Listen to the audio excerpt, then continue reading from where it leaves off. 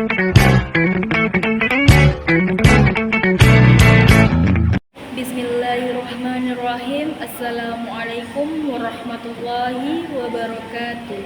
Yang terhormat Bapak Septian Atut Sugiyatno MPD selaku dosen pengampu mata kuliah Bahasa Indonesia. Perkenalkan, nama saya Indah Febrianti, biasa dipanggil Indah, mahasiswa semester 1 Fakultas Usuluddin Adab dan Dakwah. Tepatnya berada di program studi manajemen dakwah. Baiklah, di sini saya akan sedikit membahas tentang sejarah perkembangan bahasa Indonesia. Seperti yang kita ketahui, bahwa bahasa Indonesia merupakan bahasa resmi negara kita. Bahasa Indonesia yang sekarang merupakan sebuah variasi dari bahasa Melayu. Sejak abad ke-7 Masehi, bahasa Melayu atau lebih tepatnya disebut bahasa Melayu kuno telah digunakan sebagai bahasa perhubungan pada zaman Kerajaan Sriwijaya pada abad ke-7. Hal ini dapat diketahui dari 4 prasasti berusia berdekatan yang ditemukan di Sumatera bagian selatan, peninggalan dari Kerajaan Sriwijaya tersebut.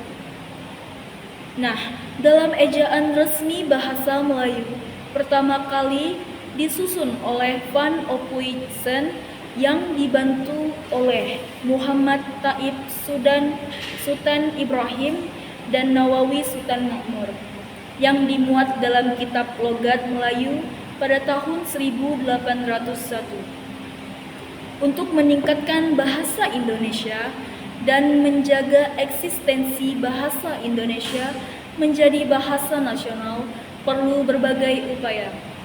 Upaya pemerintah dan para tokoh bahasa yang memiliki komitmen terhadap pelestarian bahasa Indonesia mengadakan pertemuan kongres dalam rangka membahas perkembangan bahasa Indonesia.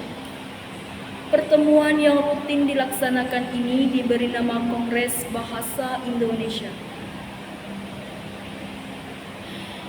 Kesimpulan dari saya bahwa bahasa pertama kali di Indonesia adalah bahasa Melayu dan mengalami fase perkembangan yang dilakukan untuk meningkatkan kelestarian bahasa yang dilakukan para pemerintah dan tokoh bahasa dalam sebuah pertemuan yang disebut Kongres. Bahasa Indonesia adalah bahasa resmi Negara Kesatuan Republik Indonesia dan bahasa Persatuan Bangsa Indonesia. Sampai saat ini, bahasa Indonesia merupakan bahasa yang hidup yang terus berkembang dengan pengayaan kosakata baru, baik melalui penciptaan maupun melalui penyerapan dari bahasa daerah dan bahasa asing. Kita sebagai generasi baru harus mempertahankan bahasa Indonesia dan menetapkan nilai moral dari bahasa tersebut. Baik, sekian dari saya. Apabila ada kesalahan, mohon dimaafkan. Apabila ada kekurangan dalam penyampaian, mohon untuk dimaklumi karena saya masih sedikit kurang ilmu pengetahuan dalam sejarah perkembangan bahasa Indonesia ini. Sekian, terima kasih. Assalamualaikum warahmatullahi wabarakatuh.